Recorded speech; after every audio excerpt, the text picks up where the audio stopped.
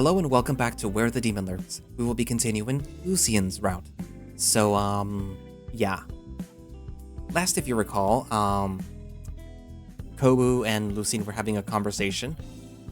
That kind of has to do with the fact that Lucian is sort of listening to Kobu's tummy.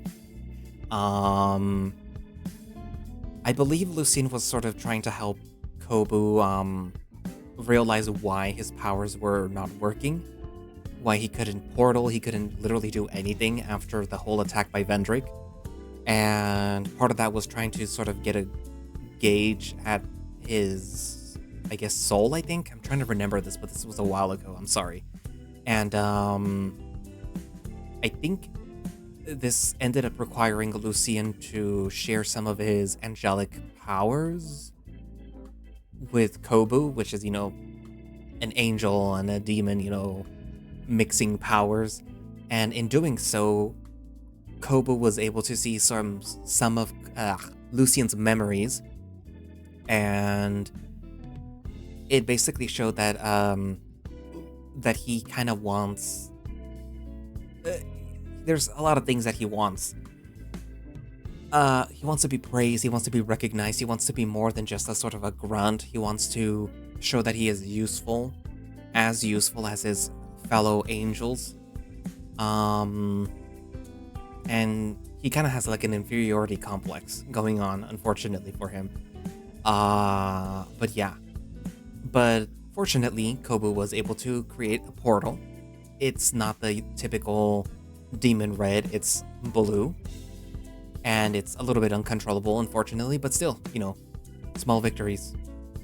If you recall, though, in one of the other routes, some other stuff is happening, which may or may not end up happening in this one. I'm assuming it's going to happen a little bit differently, but we'll have to see.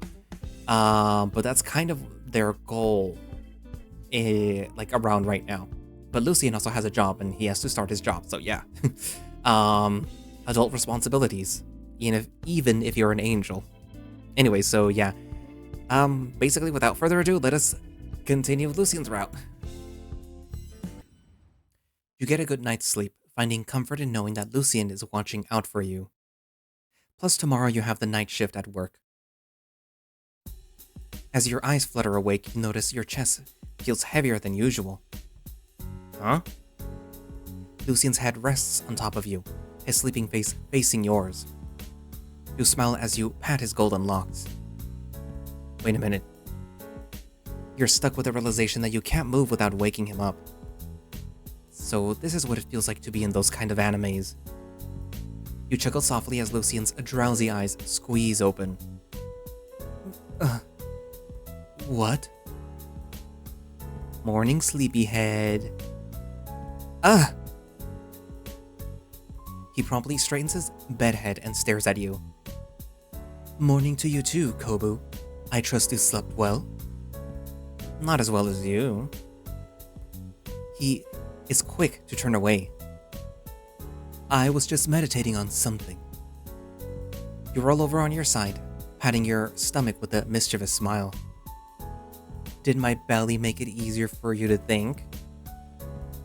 He clicks his tongue. That's besides the point. Now please, don't you have your mortal obligations to take care of before we can continue our investigation? You reach out beside the mattress to grab your phone and tap away to confirm your timetable. Nah, I've got the night shift today, which means that I'm free this afternoon. Well then, I suppose that we should begin your special training. Training? Oh, you mean the whole powers thing? I mean, I suppose so. Ping. Lucian's halo appears over his head. He grabs it and taps it like a tablet.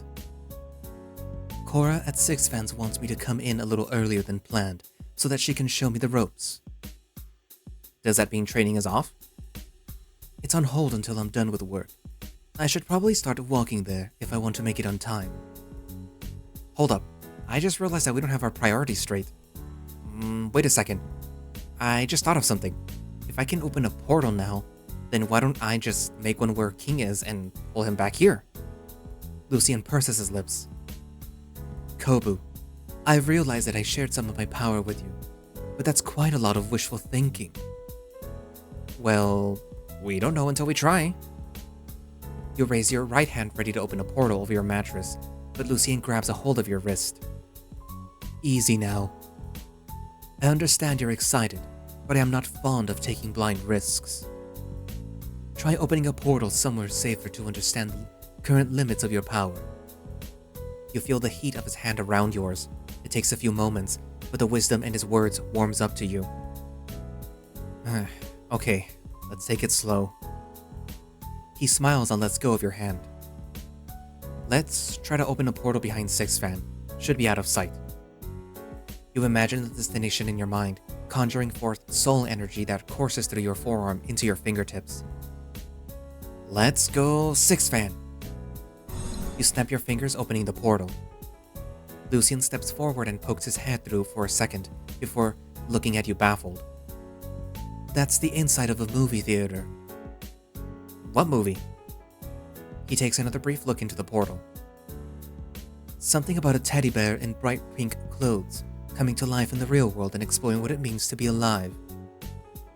Aw, King and I were supposed to watch that. He loves musicals.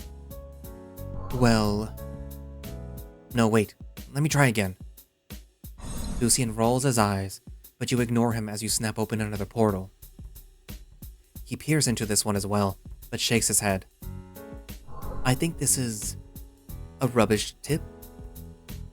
You crack open another portal again. Nope, that's the inside of a broom closet. Your frustration is building.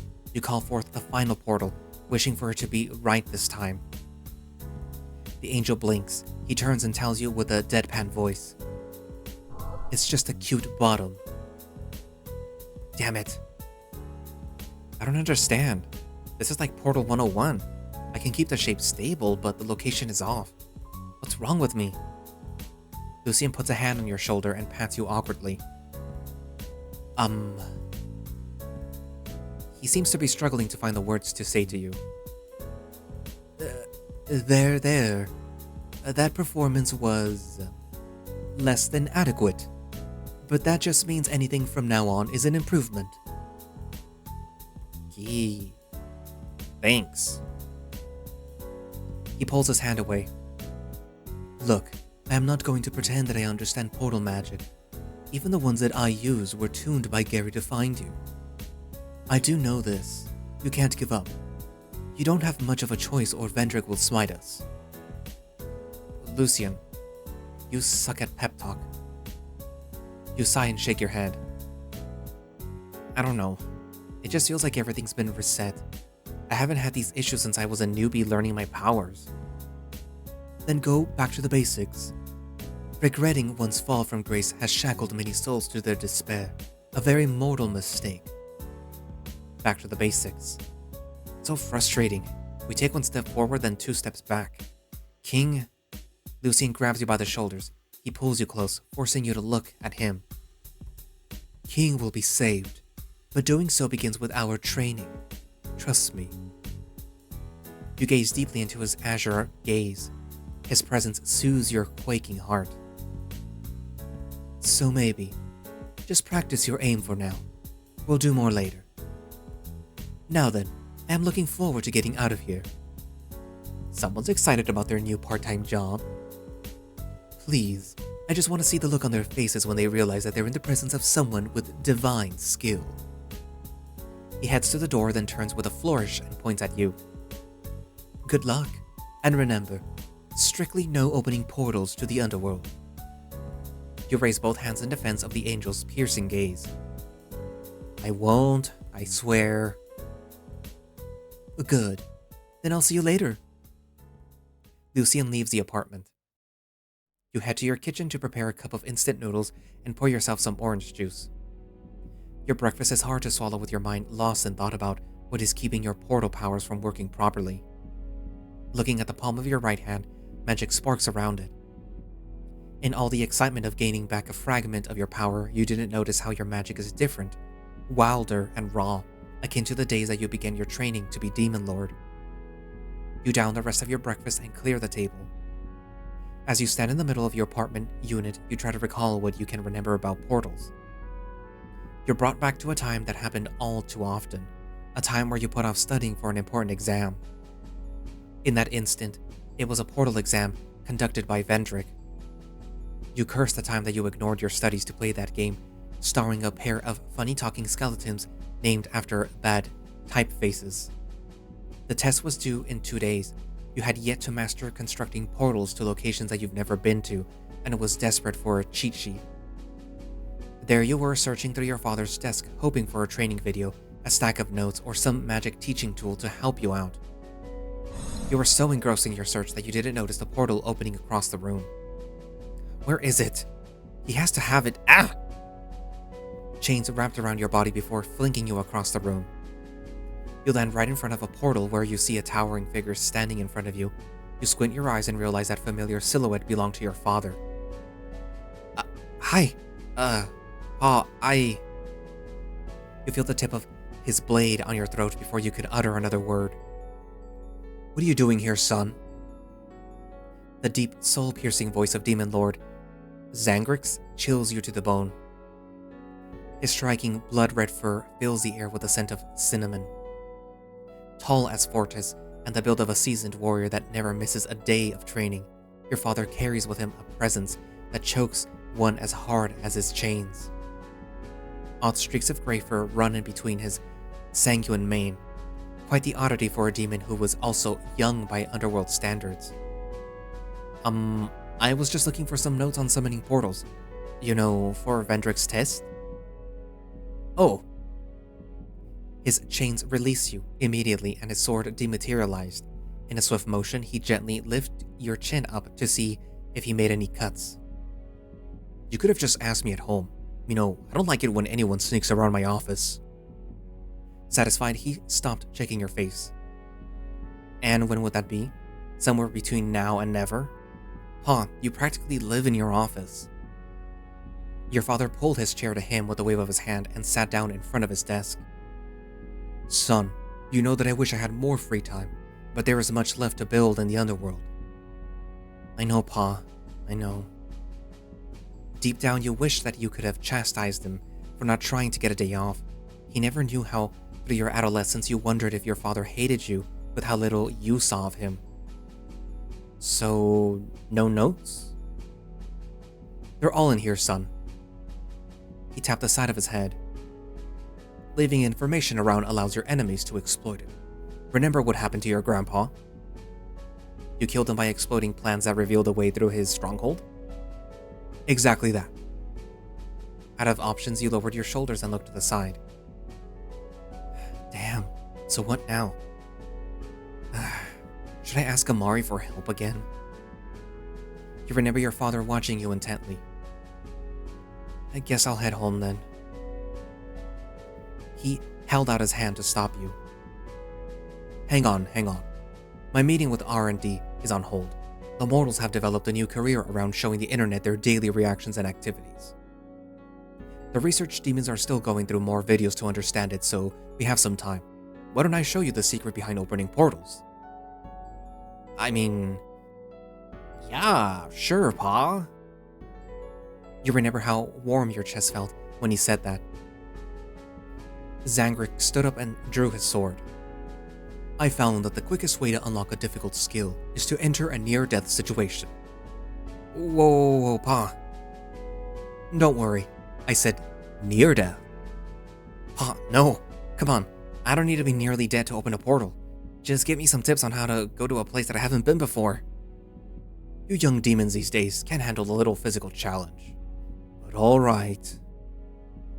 He holstered his sword, but his words stung just as much as the blade that was pressed against your throat. How much do you know about portals? I know it's a spell that requires soul energy to cast. If we've been to a place before, it's etched into your soul. No matter how we remember that place, the spell knows where that point was, and we can easily open that portal. Yes, you're on track. But I don't get what Vendrick meant about opening a portal to somewhere that we've never been before. He just went... You try to imitate Vendrick's gait and speech.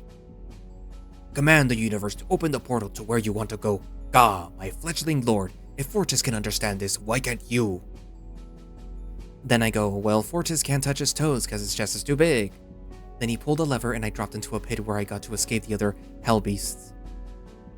Your father blinked, for the first time you saw him visibly surprised. I will have to remember to review your curriculum one day.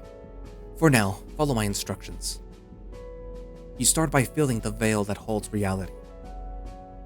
Feel the veil of reality? What's that?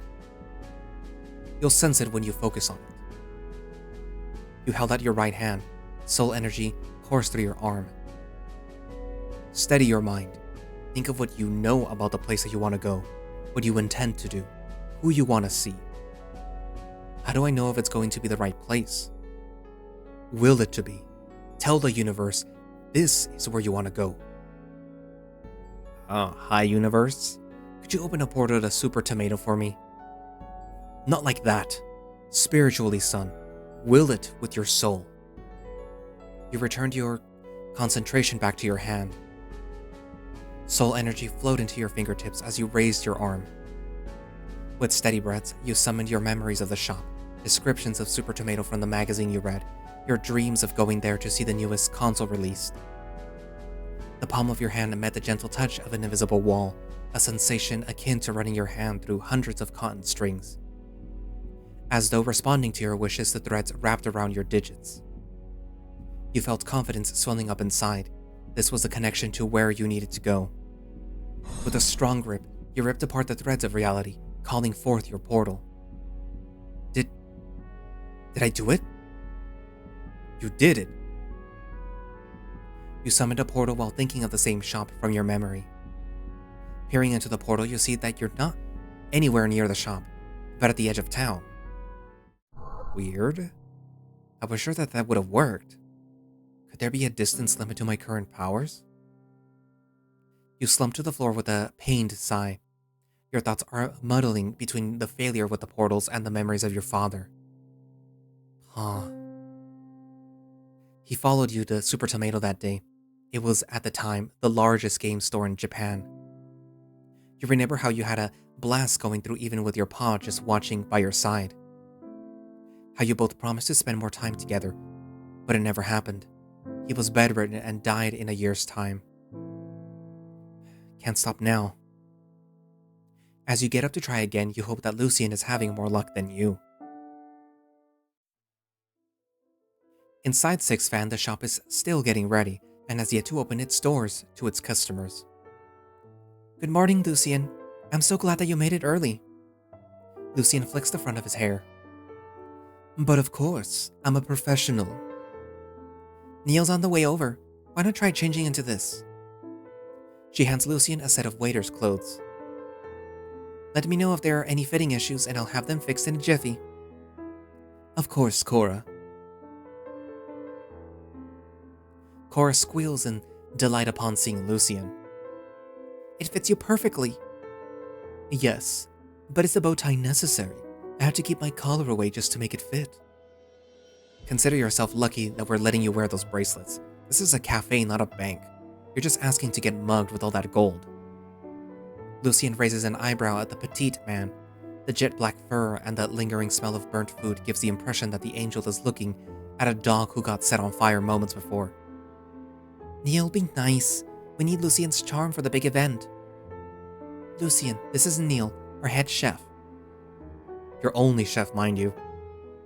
He stuck with me for over 2 years, which I do appreciate considering how little I pay him. Neil's long ears flick about, but his expression remains indifferent. As long as I got a roof over my head, that's enough for now. It's my pleasure to meet you, Neil. That's chef to you. Ugh, mortals and their titles. Not going to mean much when you're 6 feet under like the rest of them, tough guy. The dog bumps into Lucian's shoulder and walks off to the employee break room. He's charming, Lucian says flatly. Neil's a good soul. I'm sure you boys will get along. She smiles at him, although Lucian is not convinced. He holds his tongue. Now before I send you off on your first task, you should take a look at our cafe binder. It has all of our menu items and the prices. She holds out a cream-colored file. Lucian takes it from her and starts flipping through. As a waiter, it's good to know about the ingredients that we use in our dishes. That way you know what to recommend to customers who have dietary restrictions. Kale. Nuts. Take your time, there's a bunch of stuff in there, including how to set up the tables, emergency. Done. Huh? I finished reading and memorizing this file. Cora holds a hand to her heart, clearly shocked by the angel's declaration. That's impossible. It took weeks to write all that down. I know you kids these days are getting smarter, but in less than a minute? If you don't believe me, test me. I will. She takes the file from him, flipping to a random page. She looks at the page, then at the dog. What makes our mac and cheese so special? Hot sauce, to really give the dish a special kick. Correct. What if I was a customer who wanted to order our nuttiest experience cookie, but I am deathly allergic to peanuts? The cafe offers a sunflower seed substitute called the Almost Nut Experience. That is correct. She turns to the kitchen area. Hey Neil, looks like we have another wonderkin like you. I wonder what kind of trouble he's going to be. He doesn't look up from the kitchen window as he continues to set up his station. Excellent. Since you're all set up, let me just update you on our schedule and the new event that we're going to run. She does a quick little jog on the spot as she smiles bubbly. From her pocket, she pulls out 2 pieces of paper for Lucian. You only need me every other day? Right. I wish that I could offer you more shifts, but it's out of the budget for now, so I picked the days that we really need the extra hand, especially with the new event. Fine by me. I have other work to attend to as well, so this actually suits me. He flips to the second paper and furrows his brow, a bright blue flyer promoting the event Royal Dining Tea Time. Want to be treated like royalty? Come experience the special tea time event coming this week. What do you think? I've got the idea from all these new themed restaurants popping up all over the world. I figure that you and I can charm hundreds of customers to come have tea here. No offense, I understand that I have a certain natural magnetism, but I worry if that's enough to bring in that many customers. That's why you've got me. She winks at Lucian. I've been known to turn a few heads when I was in my youth, and I dare say that I can still catch the eye of many of the older folks here in Kibbleton. I can see you're quite passionate about your business. Let me guess, you hope to become a billionaire, or be on the cover of every travel magazine? Wow, now that would be exciting. Really, I'm just hoping to own the 2nd floor of the shop. Just the 2nd floor? Do you want more for your life? All the other people I've met dreamt of greater things. No offense. None taken. Well, honey, I'm no spring chicken anymore. I think waiting to run a moderately successful business is a big accomplishment. I suppose it's not my place to measure the scale of your ambition. I'll do what I can as per my role in your establishment. So say I, Lucian. Now that's the royal treatment that we're looking for. You can start by going around town and handing out flyers for today.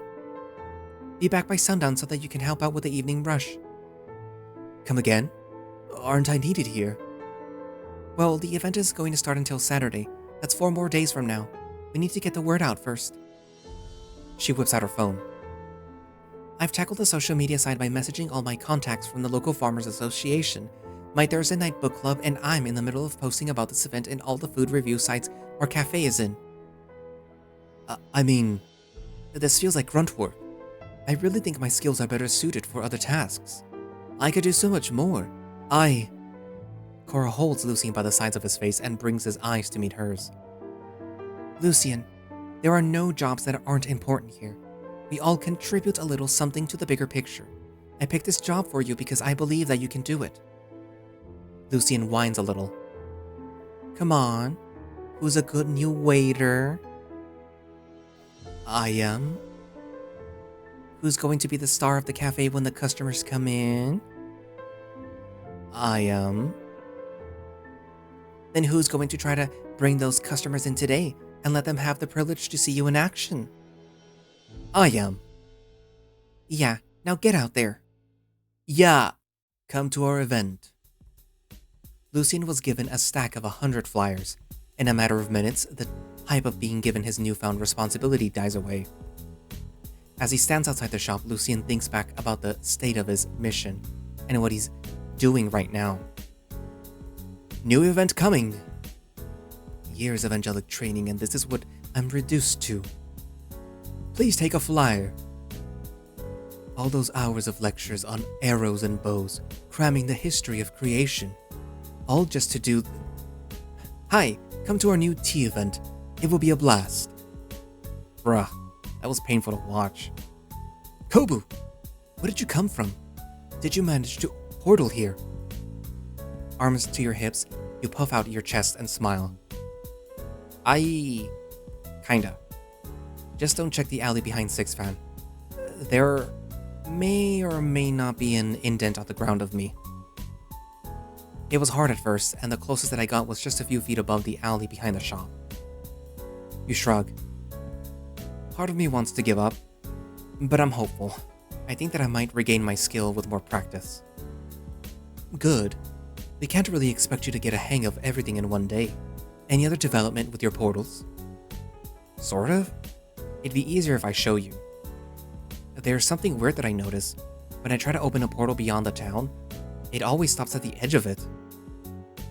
Like, consistently, it would always open at the same spot, unlike the random locations that I get within Kibbleton.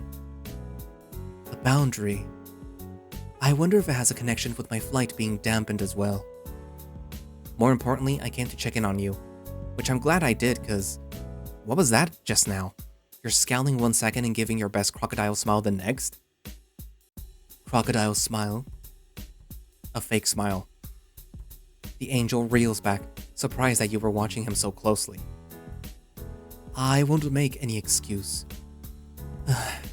My attitude is less than acceptable by up above standards. It's just... this is very much just a repeat of my time in up above. Why am I always stuck with menial jobs? Is there something about me that just screams that I can't handle things? You put a hand on Lucian's shoulder, look into his eyes, and smile. Maybe. But you've got to remember that this isn't up above. You're not working for some score. You're working for minimum wage. Which is debatable depending on the state or country you're in. Regardless, you point to the sky in an exaggerated manner.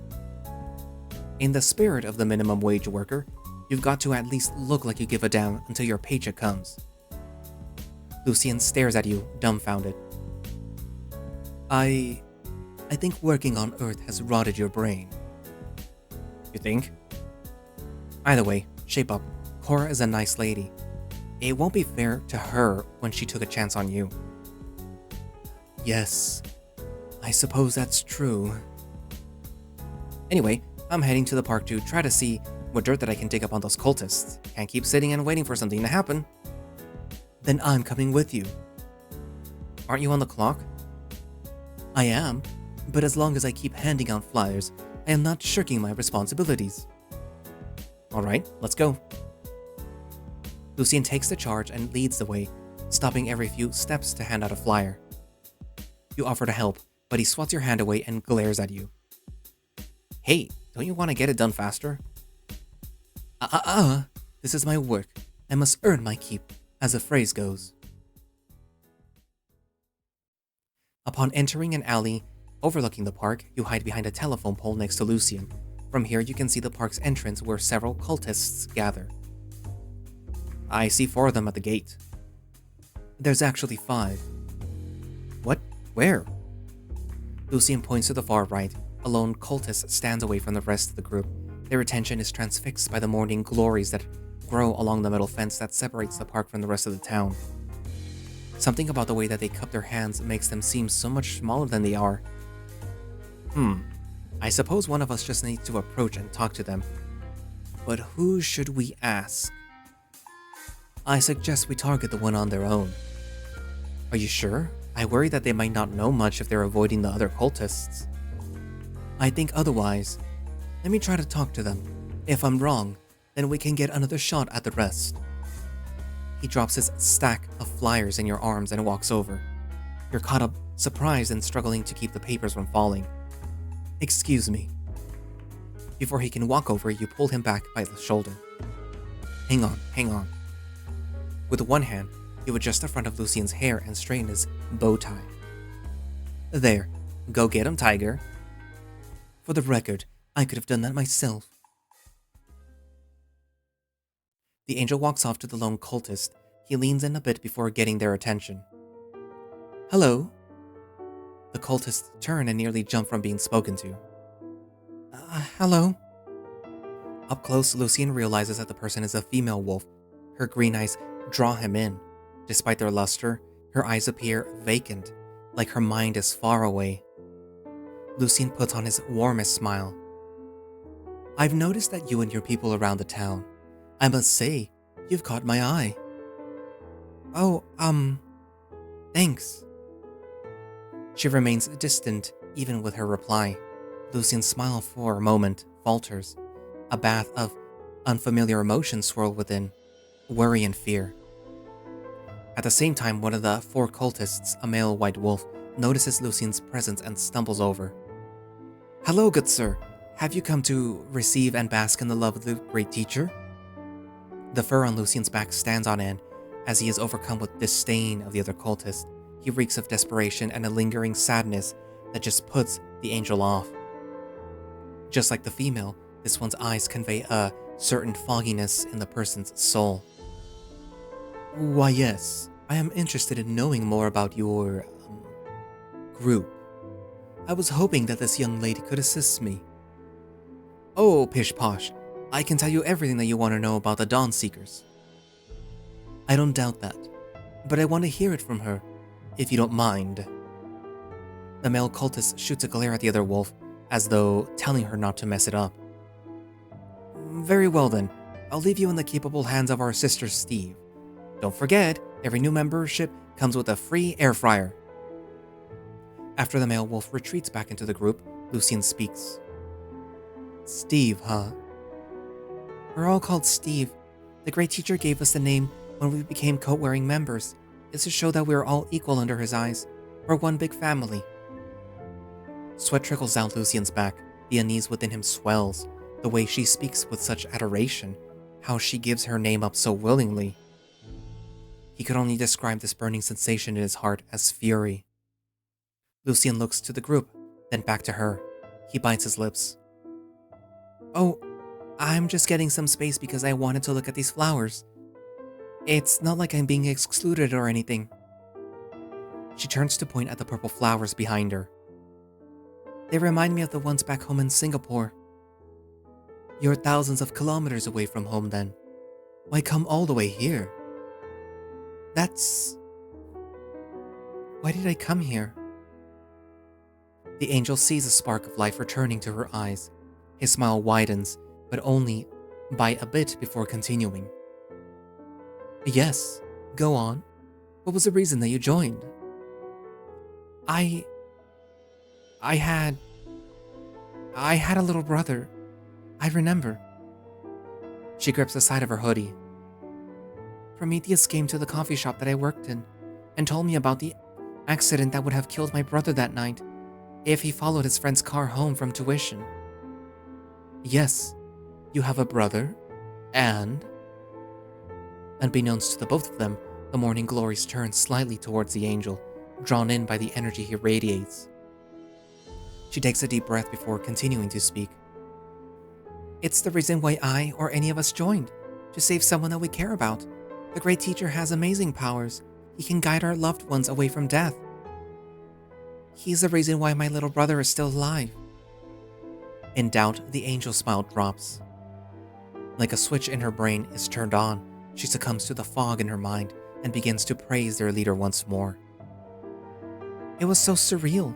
He knew everything from the model of my friend's car to the time of the incident. How could I not join after all that? He promised me if I joined that I could protect my whole family if I wanted it." Lucian's heart turns cold at that moment. A sort of emptiness burrows deep within him, as though the person in front of him is a lost cause. Then came a memory, an image of Kobu. It was the day that he came to the angel, desperate to save his friend, when any angel or demon would easily disregard a soul or any other. The angels' thoughts lead back to the souls and up above, how the plans they had for their personal paradise held so many names of people who weren't with them there. An act that he found most peculiar, as why would anyone in heaven want to care about those who can't get in? These mortals, even in death, they seem to care about one another. Does someone value her out there? Epiphany strikes. And are they protected? Your little brother and your family? I don't know. I last contacted them when did I call them? What are their names? What of yours? My brother was Roger. I'm Alice. I nearly forgot my own name. Strange. Alice clutches the sides of her head as though the memories are actively hurting her. My parents. The angel has deduced a chink in the cult's armor, or at least one of its individuals. Just as Lucian is about to ask more, the previous cultist returns. Hello, Steve. I couldn't help but notice that you look so stressed. Is something wrong? Lucian's eyes widen. If she tells him what he's been asking, they may cut him off from all information. No, it's nothing. We were just talking. Yeah, she was just saying how great your teacher is. That's great. I can go on and on about how amazing Lord Prometheus is. Won't you join us for our daily worship session of our great teacher? Perhaps some other time, though I am interested in your leader. I wish so much to see them in person. Well, there is a big event coming up, but I cannot say when or where. It is exclusive to our members. A big event, you say? Yes, Lord Prometheus will address all of us that night. He says that there is a big plan for us all. That is why we are spreading his glory to those that we find worthy. Do reconsider. I'm sure my friend and I would love to stop on by. Oh, no, I can't. It's happening at the base of the hill where the End Hotel sits. You can't miss it if you are heading there, midnight on Friday. Now, why did she do that? The annoying one's face darkens. Steve, how could you? This is unbecoming of a Dawn Seeker. I'm so sorry, Steve. I don't feel good. My head hurts. May the great teacher have forgiveness in my soul. You could get us in a lot of trouble for that. Sir, please forget what Steve said. It was nothing important. The annoyed Steve grabs her by the arm and drags her back to the rest of the group. You're going to drink your fruit juice and reflect on your actions in prayer. Really now, you're always causing so much trouble.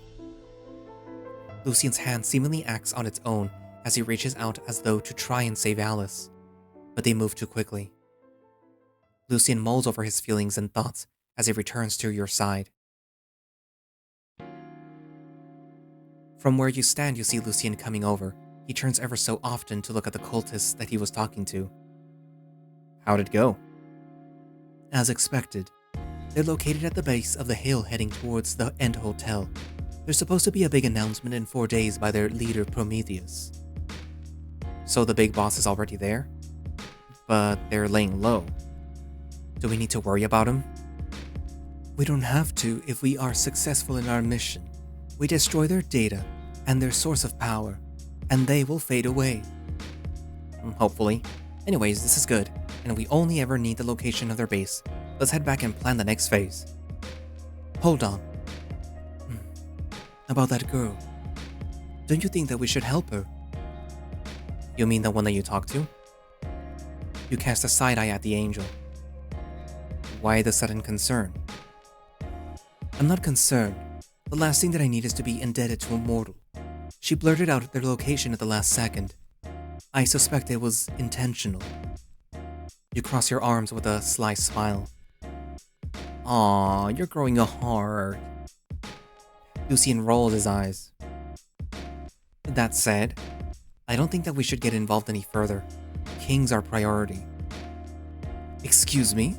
You're the one who's been insisting that I be nicer to their kind. Nice doesn't mean that we need to steer the lives of everyone that comes our way.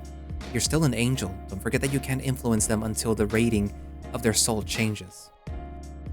Do you honestly believe that embargo is necessary? You've literally affected King by being here with him for 2 years. I did not. Really? He raised his eyebrow at you. I mean, I couldn't have. Lucian leans closer, his eyes fixed upon you. I refuse to accept it. I didn't break that embargo, because if I did, that means that I have a lot to answer for when his time of judgment comes.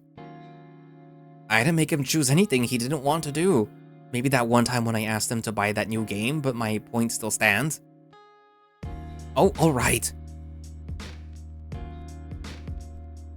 You want to do this so badly? Fine. It's your job on the line. You needn't worry about my career. We aren't going to make that mortal change anything. She will decide on her own. How exactly? Lucian holds out his right hand. I challenge you to an old-fashioned devil and angel on the shoulder. That old ritual? That hasn't been done in ages. So, that's what our kind did before the age of automobiles. It's what we do to test a soul, and they won't even remember it. We won't even be affecting the mortal soul rating. It will decide on their own which path to take. You realize that if you lose, she might make a choice that will lead her into the hands of my company? That is for her to decide. I just wish for her to consider all her choices. You chuckle. Alright, but I won't pull any punches just because we're friends. You grab his hand, blue and golden sparks fly between you, signifying the start of the ritual. I'll be insulted if you did. Now let's set the stage for our dear mortal. Revealing our organization's secrets to an outsider, your actions could have doomed us all. We have procedures for letting new people in. I just thought, maybe if he saw that we were all about, he would join us. What a foolish thought, typical of a rank 1 member. Just for that, you can walk back to base. Be glad that I'm keeping this under wraps from the others. I'm sorry, Steve. Downtrodden, Alice walks slowly. She keeps her head low as she ponders her earlier actions. Why did I tell him all of that? Huh? What? Where am I? Maniacal laughter erupts from above. She glances up, but there's nobody there. What's going on? Who are you? Alice turns to run out of the alleyway. Being immortal, she doesn't see the portal that you set up blocking her exit, so she's teleported back to where she started. Am I going crazy? Lord Prometheus, someone please help me. She falls to her knees, clutching her hands in prayer. Time to make your entrance. Pathetic mortal, you will find escape to be quite oof! You accidentally step on a bottle on the floor, falling backwards. What the hell? What's that doing here? Freaking recycle people! Thankfully, it's so dark in the alleyway that she doesn't see you. You know what? Forget the theatrics. Let's talk, Alice. You know my name? Are you the one doing all of this? Why? Simple. Alice. Because I am a demon, and we have something very important to discuss. You let out the same shrill laugh. The girl is taken aback, hugging herself for security. Little did she know that you actually know next to nothing else about her. Damn it, Lucian. This isn't fair. You kept all her private info to yourself. How am I supposed to do my thing? Cease your wickedness, foul creature. Your kind will not have your way with her soul. Leaping off a nearby roof, Lucian spreads his wings and descends down as his halo blankets the alleyway in a warm light. Its magic forms a protective dome, ensuring no prying eyes would be suspicious of what's happening. As he lands, you notice the angel is holding his flyers like a saint, with holy scriptures in one arm. This guy. Wait, I know you. You're the guy from before. Yes, I am an angel, and I am here to guide you away from that. He points at you. No harm will come to you while I am here. But that demon is unfortunately right, Alice. You are at a very important crossroad. You will need to make a decision. What decision? I think you know what it is. To stay or leave the cult. Alice gasps. Then what's the point of discussing this? Why would I need to consider any other option than yours, Mr. Guardian Angel? That's the most logical choice. I don't want my soul to be condemned forever. The ritual has begun.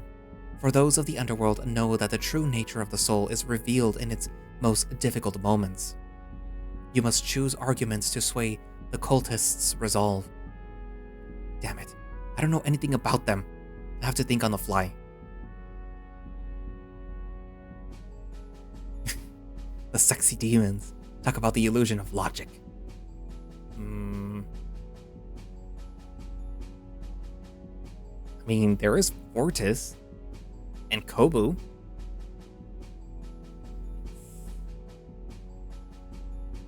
You speak of logic as if you know the undeniable truth in any situation. But is that really the case? You don't strike me as someone who acts purely on logic. After all, you wouldn't be in those garbs if you did. Bet you saw something that defied all logic, didn't you? And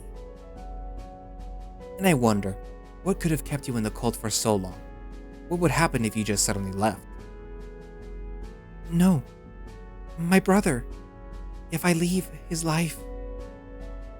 You say that you're doing this for your family. Then think of them. Would they be happy knowing what you've been reduced to by these cultists? I don't know.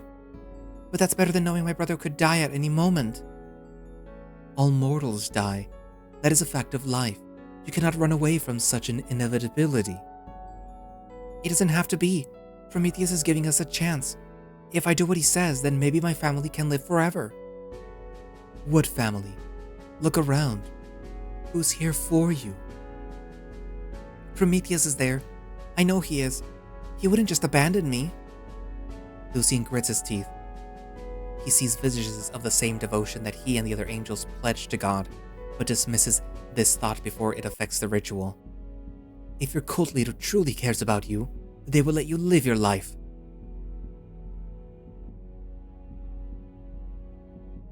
I'm assuming I'm Kobu, right?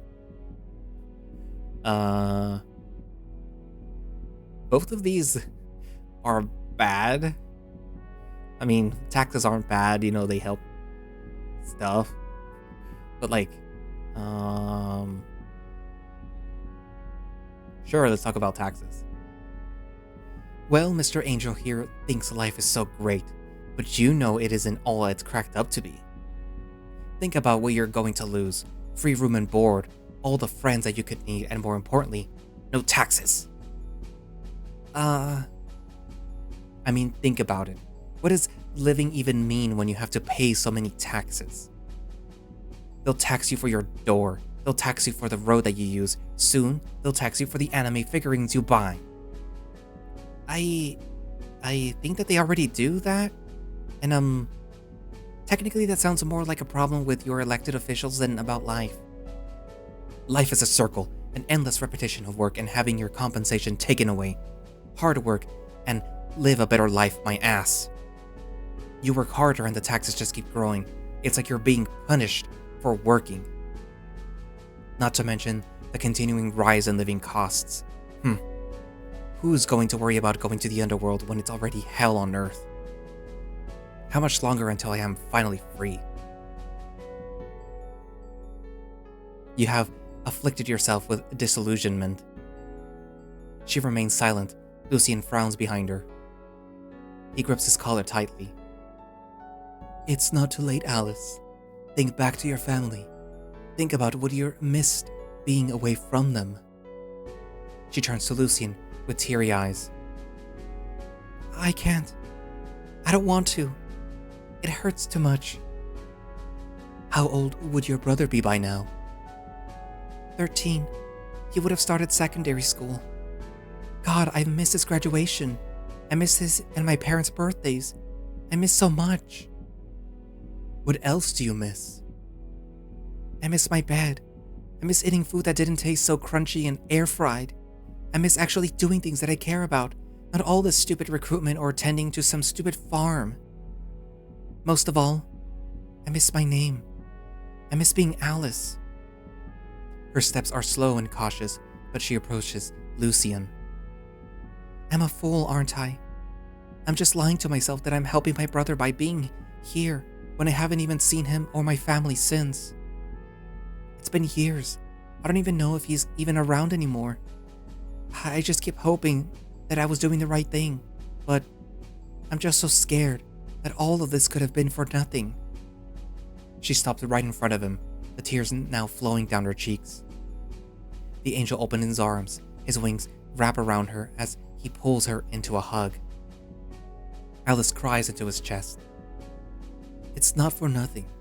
You did it for love, and no one can fault you for it. Nothing else is said as her cries fill the air. After about an hour, Alice manages to pull herself together. I need to leave Kibbleton. Where to? Back home, maybe. I want to make up for the time that I missed with my brother. So you're going to give up on Prometheus's promises of immortality? I've been with the Dawnseekers long enough. I don't think he ever intended to keep that promise. I feel like they're up to something strange. We all came here without any warning or reason, only Prometheus knows. You'd best leave too. I can't. I have a job to do. More souls to save? Perhaps. Then you're going to need this. She disrobes and holds the cultist's hoodie out to Lucian. That might be quite handy. Well, I'll also be trading my air fryer in for some cash, at least enough to get me to the next town. I'll do you one better. The dog hands her a large sum of money.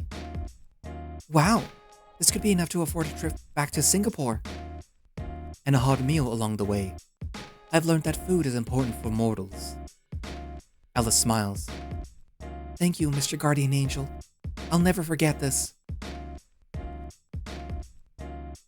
She leaves the alleyway, unbeknownst that she will suddenly forget meeting the affable angel and depressed demon. Such are the terms of the ritual. Lucian claims his landslide victory. I do say that went very well. Sadness, emptiness, meaninglessness. Are you really still down after that spiel? Which I must say you were grasping at straws. Paying taxes, low pay, small apartment. Lucian sighs. He crouches down to meet your face. Thank you. I know you didn't want to do it, and you didn't really have to, but I am glad that you gave me a chance. You look up at your companion's face, his gentle smile inspiring some relief from your thoughts. It was a mess. To be perfectly honest, that was my first time. Your face burns with embarrassment. The dog's ears twitch and his tail wags. It was my first time too, and I am glad that it was with you. You lower your gaze. Me too. The both of you turn away slightly from each other. So, do I need to expect more sudden acts of grace in the future? I don't know what you're talking about. Sure, Mr. Guardian Angel. Sure. I guess I should be getting back. I don't want to waste the rest of my time before my shift. Understood. And I will return to distributing the rest of these flyers. I'll come by to pick you up for training in the morning. Right. See you then. You open a portal and leave. Though your range is short, getting back to your apartment is made easy with multiple consecutive portal openings. The night passes by without much activity. You use the time to ponder your next move. 4 days to the big announcement. Just what could it be? It would be a bad idea to wait for them to strike on the day itself. If I was a cult leader, I'd increase security for the event. That would mean that the best time to break in is any time before then. Their forces will be busy preparing and may not notice us coming in. Although it's possible the complete opposite happens. Man, if this were a video game, I'd know the end of the countdown means the moon is going to crash into the town or something. Just how much do I need to be worried about this cult? You ruminate further as the night progresses. Come the end of your shift, it's 7 in the morning. You step outside and meet Lucian. Seems like he's been waiting. Hey, been waiting long? No more than usual. Take my hand. I'm flying us somewhere before the town fully awakens. Where to? I found a decent training space. You sure don't waste time. Our foes won't give us time to prepare and recuperate. You'll have to get used to it. Now let's go and I'll tell you about what I've been thinking of during work. You take the angel's hand and you both jettison into the sky. In just minutes, you arrive in an alley right next to your apartment. Lucian tosses his halo into the air. The speech scrambling function activates, creating a dome around the both of you. The angel stands across from you, his usual gravitas replaced by stiff movements and a steely gaze. I can tell you've given some thought about our next course of action. What gave it away? You're a lot less chatty when you're serious about something. Have you considered when we should infiltrate the cult? I did. I even asked Anna to fill in for my shift. I just need to tell her when. Lucian nods. I've flown over the location of their headquarters. I tried locating the position of the magical artifacts their group is said to have, but the halo didn't even register the existence of the cultists walking about there. That area is guarded against any magical interference from the outside. You get what I mean? We'll have to go in on foot and find the place on our own. Exactly, and I can't let you get hurt, Kobu. You're asking me to stay behind? Where did this come from? It's my very job to keep you safe until you return to the underworld. Nothing new. We work better together. It's not a decision that I make lightly, but of course I already anticipated your reaction. Then let your training begin. If you can land a hit on me, then I'll have no qualms with you coming along. You set your backpack aside. One hit? What, too worried that I'll mess up your hair? No, I just have a shift tomorrow and I'd rather not keep this going on all the way until then. Then, let me end this now. You cast open a portal and rush through. It opens right behind Lucian. The angel steps aside and trips you over. Wah!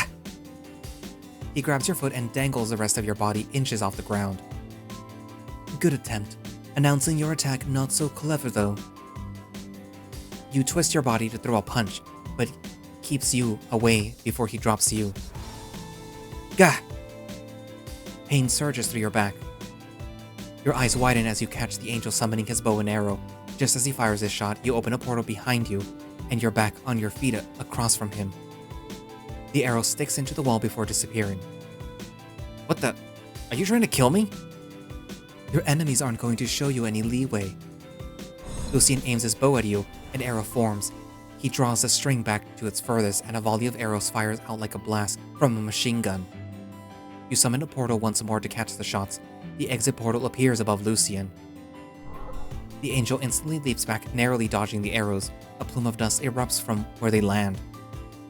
I need more speed. You rush forward through the dust, not giving the angel a chance to gather his bearings. Lucian raises his arms ready to guard your incoming punch. No, he sees all the moves that I'll make before I can land them. In the midst of thought and action, the world around you seems to stand still when an idea sparks to life. You summon a portal no bigger than a plate saucer right where your punch would land. Lucian's head turns to the right where the exit portal appears. His left guard falls as he anticipates an attack from the right. Got you. As your punch breaks through the portal, you unsummon it. What? The angel instinctively grabs you by the collar, and you grab his. He, however, fails to account for your weight. His center of gravity shifts and you both take a tumble. On the ground, you both toss and turn for dominance. Get off of me! No, you! You start slapping the angel relentlessly. No, stop! Stop it! He blocks your slaps with one hand, but because you aren't letting go of his shirt, he is being vigorously shaken at the same time. Not until I... You throw him roughly to the left and leap up over his body. Slap! The sound of your slap announces your victory. You throw both hands in the air, panting heavily. Lucian lies beneath you, also breathing hard. The two of you exchange smiles between ragged breaths. Beads of sweat drip down your forehead. Your whole body is all heated up from the mock fight. His eyes seem to shine as he smiles with his tongue out. Your heart pounds in your ear, and you lean in close. What are you guys doing? Huh? You both look up to see Toast staring dumbfounded at the both of you. Toast? The ghost? Why are you here? Hold up. What in the Lady Library's green dress were you two doing? Geez, get a room next time. What? We were just sparring. What did you... You and Lucian turn to one another, realizing that the halo has been active the entire time. That ain't what I saw. What Toast saw? The two dance merrily in the back alley without a care in the world. Lucian, we must stop. What if my evil twin brother, twice removed, finds out about us? Lucian spins you on the spot. Ho ho ho! Mon ange potele? Ho ho ho, my little chubby angel. You know, on the dance floor there is no Lucian, only Leopard, kiss me noff. Oh, Leopard, kiss me noff. You are my rock. You are my spring in my step when I do the cha-cha-cha.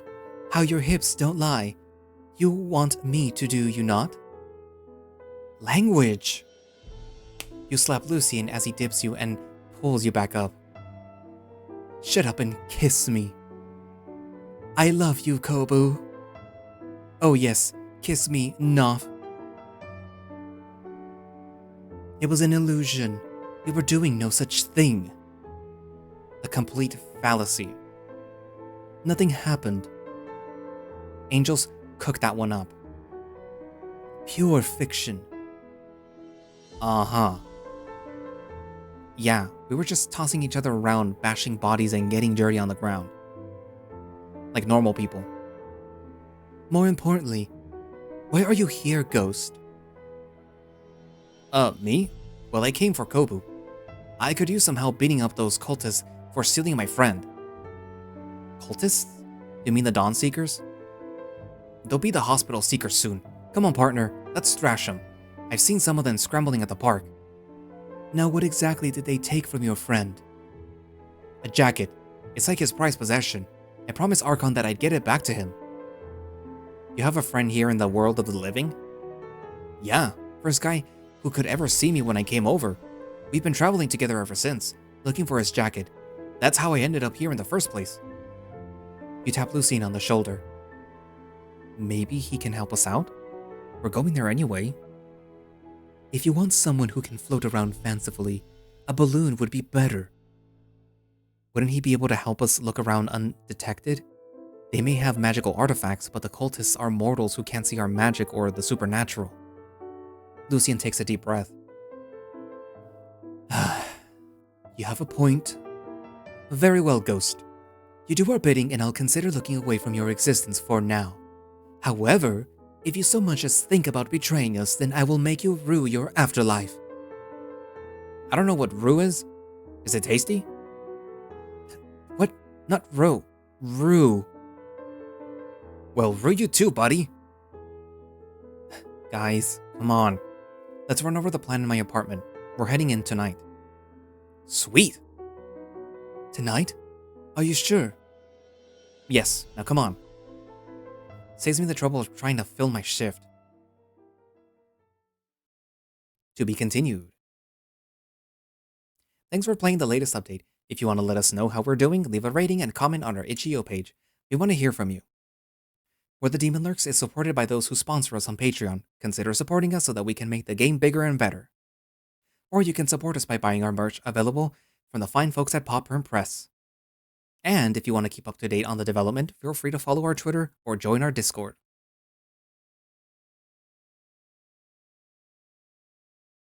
Where are the Demon Lurks? Creator Libra. Isn't this supposed to have music? Anyways, so that was the update for Lucian. Always with the comedy. Also, Toast, yay! He's joining the group. Hopefully nothing bad happens to him. I'm curious. I think one of the updates had mentioned that Archon is a demon, and what his jacket is sort of like I don't know, but it was in my understanding that he was a demon who was helping Kobu. That it wasn't just Archon his name, that he had like a different name. I need to ask Libra. Mm, anyways, it's interesting, and I wonder if I had chosen the other option instead of saying taxes, if Kobu would have won the argument and the cultist lady would have stayed, and you would not have gotten the cultist outfit, or would yeah, because in the first part of the argument, it looked like um Lucian was like losing, and he was sort of like losing composure, and he was basically what was going to happen to Kobu was going to happen to Lucian. So I'm curious if I did the right thing. It sure seems like the right thing because we got the code, which means that we get to sneak into the compound or whatever, and we also have not Kobu, Toast. So we got, I guess you could say, the eyes that are able to sort of help us figure out what's going on, and then we also have the code that will allow either Kobu or Lucian to blend in. Um, but yeah, obviously, what the cult is probably trying to do is again still go after the. They're not demons. What are they called again? The eldritch beings, the other supernatural creatures like the Kraken that's in Morris's route. So I'm wondering if this cuts off that interaction and instead you're having to deal with Prometheus, which is the main cultist leader, before he sucks out the souls of all his followers in order to get the power to defeat, was his name Mr. K, the Kraken? I wonder if that's what's gonna happen. Anyways, but yeah, so what are your thoughts? Write it down in the comments, and thank you all for watching / listening. If you would like to play Where the Demon Lurks, you can do so by going down into the link in the description, which should have a direct link for the itch.io page where you can download the game and play it yourself, or you can just go to itch.io and download it there. And they also have a Patreon where you're, again, you can support them and make the game bigger and better, as they said, I mean. And they, again, do have merch on Popper and Press. And they also have the Kobu avatar, which, if I am smart, I am using right now to talk, but I'm probably not smart, so oh well. Maybe I'll just redo this outro with the Kobu avatar, or not. I don't know. I don't know if I have time. Yeah, so there's that. Anyway, so I guess that's it for now, and I will see you guys in the next video. Bye-bye.